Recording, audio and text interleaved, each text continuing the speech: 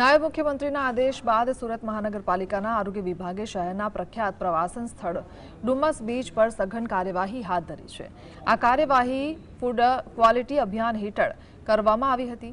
એસએમસીની ટીમે બીચ પર આવેલા ફૂડ સ્ટોલ પરથી મેગી, કોલ્ડ ડ્રિંક્સ, ભજીયા અને મરી મસાલા સહિત કુલ 103 ખાદ્ય પદાર્થોના સેમ્પલ લીધા હતા। આ ઉપરાંત 51 સંસ્થાઓને નોટિસ પણ આપવામાં આવી છે।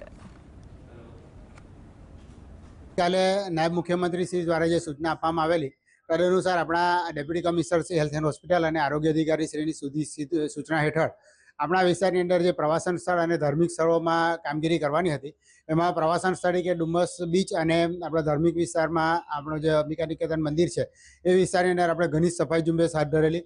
એ વિસ્તારની અંદર સાફ સફાઈ કરી અને જે કંઈ કચરાના ઢગલાના નિકાલ કરવાનો હતો એ કામગીરી કરી। સિંગલ યુઝ પ્લાસ્ટિકનો ઉપયોગ થતો હોય તો એ પ્રતિબંધિત પ્લાસ્ટિક જપ્ત કરવાની અને નોટિસ આપવાની અને વહીવટી વસૂલાતની કામગીરી કરી।